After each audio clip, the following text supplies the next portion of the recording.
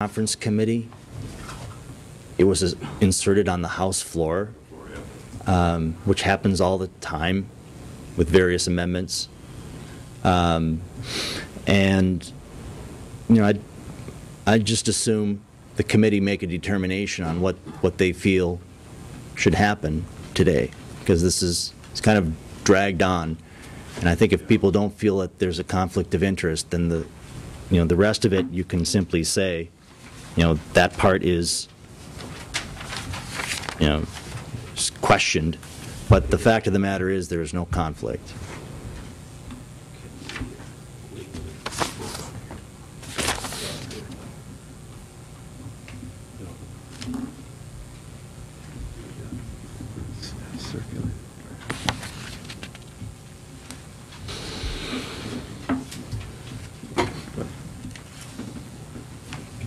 Any other suggestions, Senator Frederickson? Well, Mr. Chairman, I don't know if I have a suggestion or not. I would just note that we don't have a complaint before us. And even if we did have, we could not act on it because we cannot receive a complaint after the Senate adjourns sine die. And the reason for that is we make recommendations to the Rules Committee and the full Senate if we would want to impose sanctions on as a result of a complaint. But since the Senate is adjourned sine die, we really have no power to enforce, although we do not have a complaint before us, so that's kind of a moot point. I just wanted to put that on the record, that when the Senate adjourns sine die, we really have very limited power. We can hold informational hearings.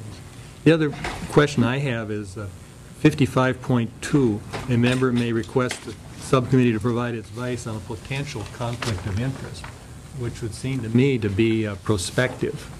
And I think we've had a couple situations like that where members in the past have considered taking a job in a certain area, and they have come to us and said, well, now if I accept this job, is that going to be a conflict of interest? That's entirely prospective, entirely potential.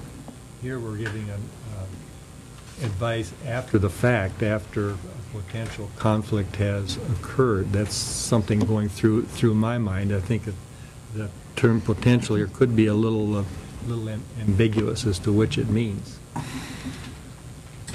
So I think we have a lot of facts before us now. I think perhaps we should take it under advisement before we decide on another future action. Yeah.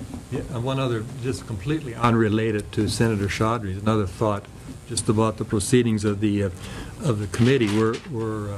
I think filings for office closed yesterday, and I do not want to see us get into a situation where we have people asking for an advisory committee opinions, or trying to bring something to this subcommittee that should be sorted out by the electorate, by the voters in that district. I think that is something, if you trace it back, goes all the way back to our Constitution and the right to elect members to the legislature and to Congress. Once election comes around and there's opponents and these issues are raised, it's up to the electorate to decide. Unless, of course, there's been a law broken, then it's up to law enforcement and county attorneys. So I'm hoping we don't see other requests between now and next January, unless it's something really egregious that would be of great benefit to air before this subcommittee. Mr. Chairman. Yeah, that's a good point, but this was. And I stepped back from it before the session ended, and yeah. I can understand what you're saying. I'm stepping back from what we have before us now. I see. Okay, Senator Scheid, do you have? Yeah, Mr. Chairman, I'm not sure that I think we would be well served by having other people come forward, because I think we're going to get into a he said, she said, he did, or he did this, or he didn't, meaning Representative Dill, Senator Chaudhary, or whatever. I'm not real interested in that because thank you. It was an option, so I just threw it out. That's just kind of my initial reaction to that. And I've been thinking about this, knowing that this meeting was coming, and I thought, the voters, and I understand someone has filed, and I think the voters are going to have the opportunity to decide in Senator Chaudhary's district. Having said that, and that's, a good thing. Having said that,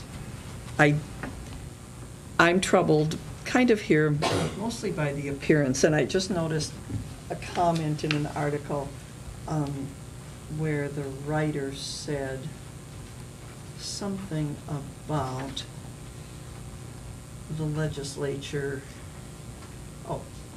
To what degree are intercessions by Minnesota politicians into natural resource management a natural response? Well, I think they're kind of saying that we kind of do this kind of thing all the time. And over the years, I remember finding out about things that were inserted in a bill that we didn't know about, and we go, oh boy, there somebody goes again or whatever. And I just really don't like that that's the perception, that we do that. And I kind of judge by what my neighbors can do, and they can't come forward. They can call their legislator and ask them, their advice or what they should do. But they can't, walk on to the Senate floor, the House floor, or just walk into an office, pick up the phone, and say, this is the language I'd like you to consider. Can you drop this in? People, it's not that it was so egregious. I don't think you're going to get rich off this. I mean, I clearly, I think we agree that there's not that conflict of interest. It's just the idea that somehow, you benefit. And we have a cabin, been in my family for 60 years. I like a few more walleye in there myself. But we have a lake association, and they kind of decide, what they were going to ask for. If they do or not, I'm kind of not involved in that, and I stay away from it. I don't like the perception, Senator Chaudhary. I sense that you wish you hadn't done it this way. But that's where I'm troubled. I don't think it probably warranted any, even if it were during session, I'm not sure it warranted sanctions. But I'm uncomfortable with the notion that legislators can just plunk some language into a bill when nobody's really focusing on it. And I did listen to your conversation about the bill when it left the Senate. I remember Senate File 2900, because you sit right across the aisle from me, and I try to listen carefully. I will admit I did not read every detail of the bill. I looked at some sections, and so Mr. Chairman, I'm not sure that I know exactly what I'm asking us to do, but I think that we probably all can learn from this, and that going forward, legislators carefully consider how they may, or what the perception is, because perception is reality, and we say that all the time, but it's true, and I don't like that perception. Mr. Chair, may I add just on to that? Senator Scheid, I agree with you, and I don't like the perception of legislators being able to plunk down things either, and I can guarantee you this amendment or notion or idea would have never came up if it had not resulted from a public meeting in the community where people were surveyed and a large, overwhelming amount of people supported this, and it was brought to me by a local elected official who is, it's my understanding, Commissioner Fink chairs the St. Louis County Environmental Committee. So I was responding, I truly believe, and honestly, to the desires of a community. It wasn't something that popped into my mind and said that this would be a good idea to benefit me. But nonetheless, I made sure to disclose that so people knew. And I was really trying to adhere to the letter and the spirit of our law and our Senate rules.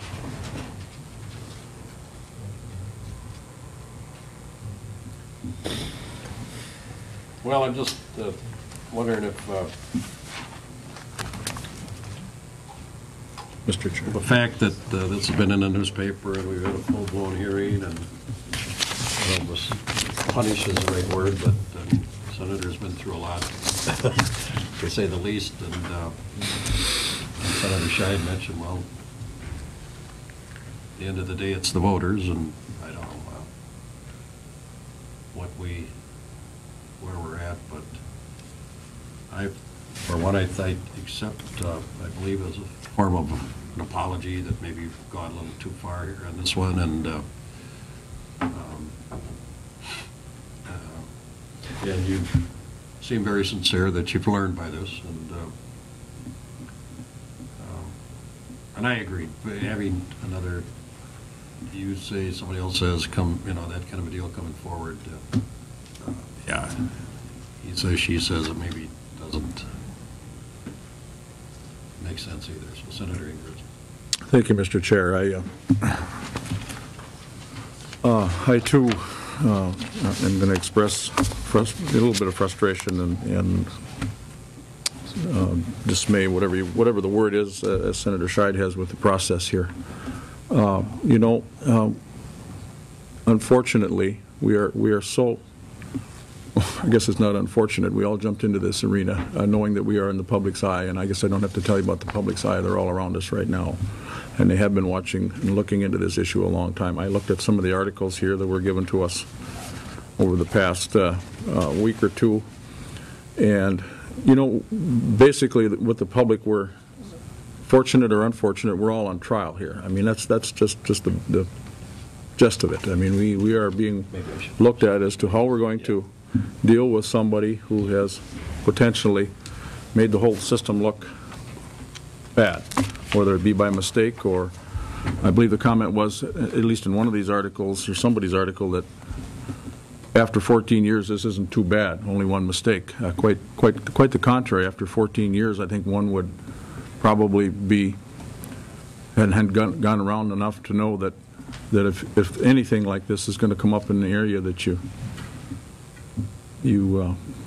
live in or own or rent or lease or have any kind of a fingerly tied to it, you have to absolutely jump up and take the soap scrubber and wash yourself totally clean of moving forward with anything. And I know that's above and beyond. I mean, we can't even be citizens. We really can't. I mean, we can't be the average citizen when we're moving forward with things like this.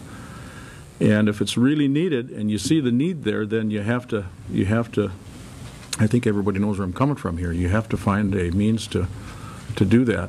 And there is a means there, and the means, I think, was broken, and it's perceived as being for personal gain. Financially, maybe not. But the perception is there, and it's a strong perception, and I think this committee is charged with looking into it, and with Senator Chaudhry's own admission, he's done some wrong here, and we'll do it different next time. But I think we have to send a strong message to the public that we're not going to go along with this, and what the sanctions are, I'm not sure. I don't think we can, ask them to do anything drastic here or require anything drastic, but something has to be done, and or I think the public's perception is going to be probably lower than what it already is. So, Senator Chairman, as a way to proceed, I would suggest that the committee and the committee staff make additions and changes to the draft that facts that Mr. Watson already prepared for us.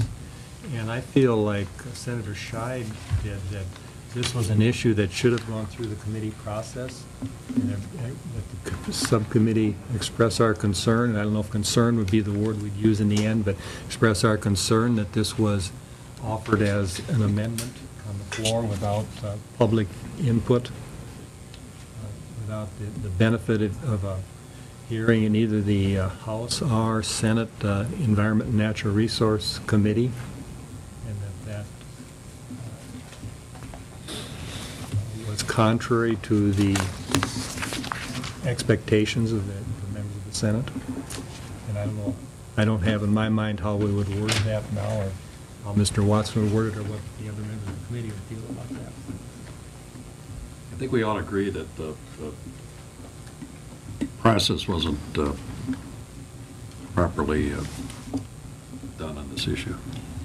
Senator Scheid. Mr. Chairman, I mean, I don't know if Senate Rule 56.3, that looks like something that's closest to what our concerns have been, and maybe that's already been said by someone here, because I think we tended to agree that there wasn't a conflict of interest, but this last, it's actually the last paragraph, conduct that violates accepted norms of Senate behavior. I think, I think it betrays the public trust a bit. I mean, well, I think it does, and I found that section that I read the wrong paragraph actually before. But it said, actions like Senator Chaudhary's, for better and worse, are more the norm in Minnesota politics and resource management than the exception. And this year's Game and Fish bill makes the point. I've never gotten terribly involved in those issues, but I know they're hot issues. I know that there are people all over the state that resent the DNR, then they want the DNR to do something.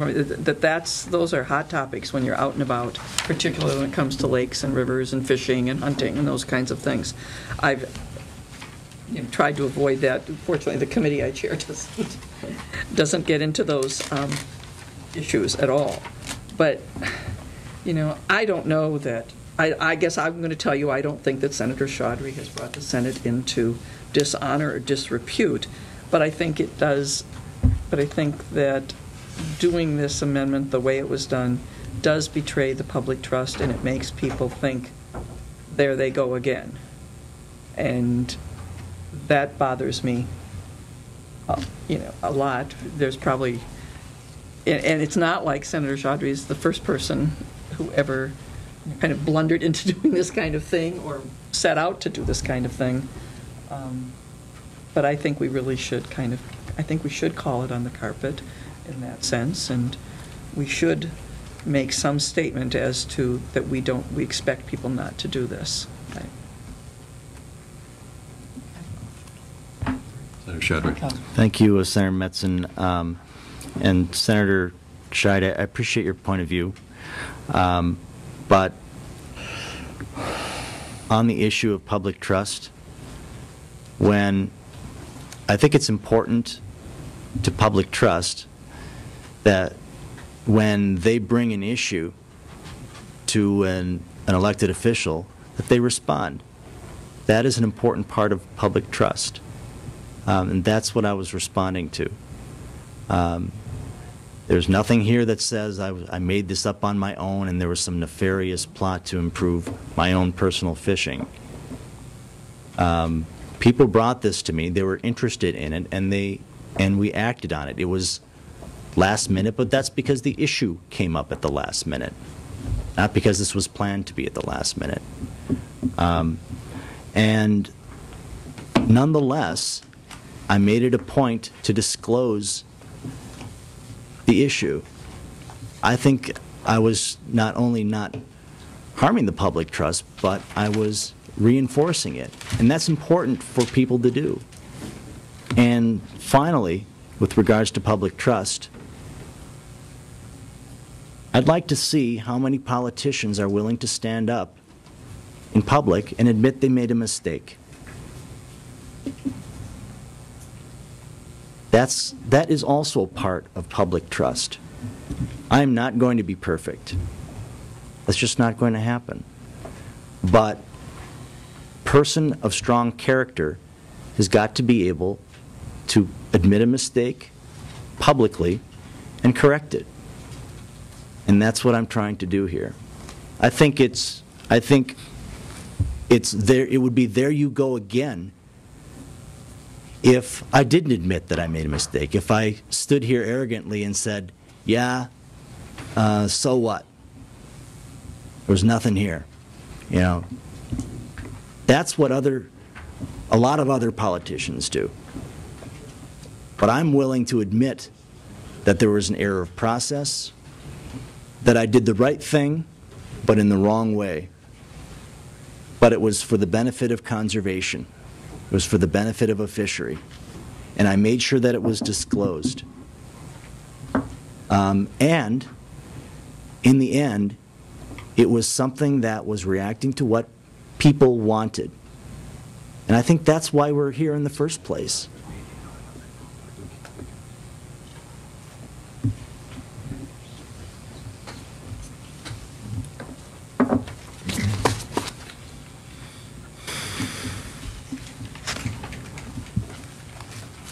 Would it make some sense to redraft the complaint and see if we could,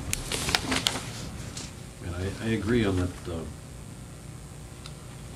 think I agree with the conflict thing. I don't think it benefits on that issue. Senator Chaudhary.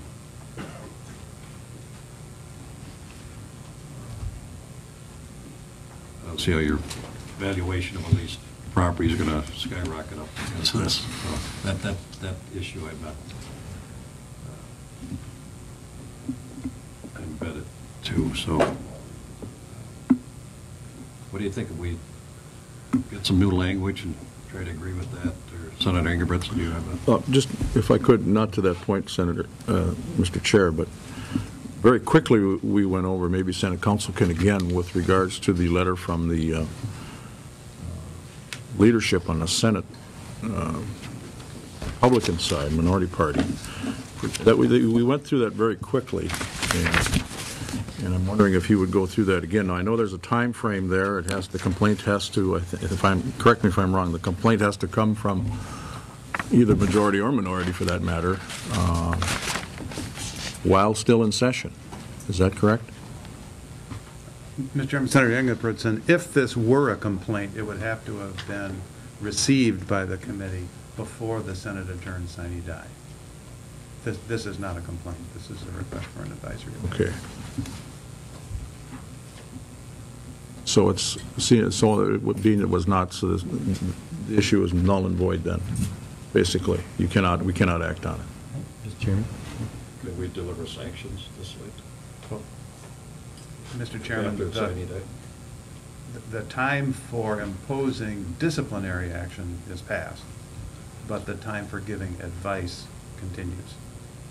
So if there is something you wanted to say to Senator Chaudhary in response to his request, you can certainly do that, and you can advise him that you think that his conduct was or was not a conflict of interest, and you could advise him whether you think that his conduct was or was not appropriate. If you want to pursue the line suggested by Senator Scheid and articulate how his conduct may have violated the public trust, you can certainly tell him that, if that's what you want to do. Senator Scheid on the response to that. Yeah. Mr. Chairman, I just jotted down some language because I don't think this is entirely peculiar to the situation at hand that Senator Chaudhary finds himself embroiled in, but what I'd like the message to be out of here is that senators should at all times conduct their legislative action or actions in an open, honest, forthright manner, especially when they may be perceived to have a financial or personal interest in that action. I understand there's not a financial. That's kind of where I want to go with this, that when we may be perceived to benefit by something we're doing, in not just in a generalized way as teachers voting on school aid or lawyers voting, on a law, but when we have a personal connection to that subject matter, that we are as open about that as we can possibly be, and that's kind of where I'm going. This is a little more narrow than a farmer voting on a yes farm bill or something. Yeah, right. This does, the senator kind of come a little closer to home, but Senator Frederickson. Mr. Chairman, I was thinking, and I think I expressed this a little bit along the similar lines as Senator Scheid, that this was an issue that should have, citizens brought this to Senator Chaudhary and perhaps others, but the proper response would have been to have drafted a bill and had committee hearings on this issue. Because again, the issue doesn't only affect just those that happen to live around Fish Lake. It'll affect people all over the state of Minnesota who go to Fish Lake and fish and recreate there.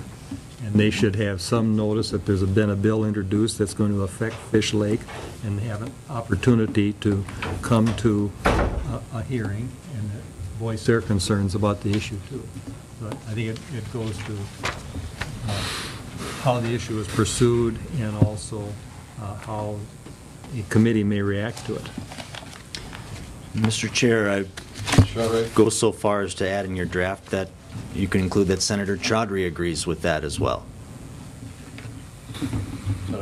Yeah, I'd just like to follow up, if I could, with what both the senators have just said, when you start talking about, again, the public trust.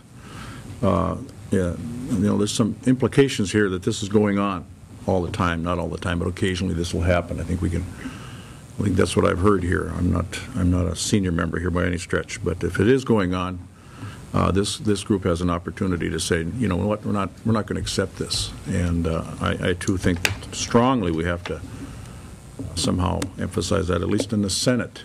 I mean, that's what we're in control of, is the Senate. And that message has to be sent, that if there's any potential conflict of interest or question of potential public trust, that we all get thrown into that same barrel should one do this. And I just can't emphasize that enough. And as far as personal gain, yes, you're right. There's not a financial gain here. I don't think that we can prove that. But there is a process, and I think the process was circumvented here. And Well, you're right, it does reflect on the entire body, so I agree with that. Why don't we try to, Mr. Watson and I and their staff will meet and try to redraft some language and come back. I do agree that we have to get this done. I think for everybody's sake, particularly Senator Chaudhry's, we don't want this to drag on forever, and come to a conclusion maybe this afternoon at 2 or 3 o'clock or something. With your permission, I'll try to take what the committee members have said with Mr. Watson and my staff, or our staff, and try to draft something and hopefully get it to you before our 2 o'clock meeting, and so we all know what we're doing. And we'll take into consideration obviously what we've discussed here. I have a question of time. Is 2 o'clock enough time to do that? Because I think we should perhaps set a definite time so that interested Mr. people Watson, have time to. 3 would be better. 3 would be better, then it's 3 o'clock. And we'll get the members something a little ahead of time, so you can 2:45 or something to your desk. And we're back here at 3. Okay, thank you all, and Thank you, Mr. Chair. Thank you for, and we'll see everybody at 3 o'clock. Thank you. Meeting is adjourned.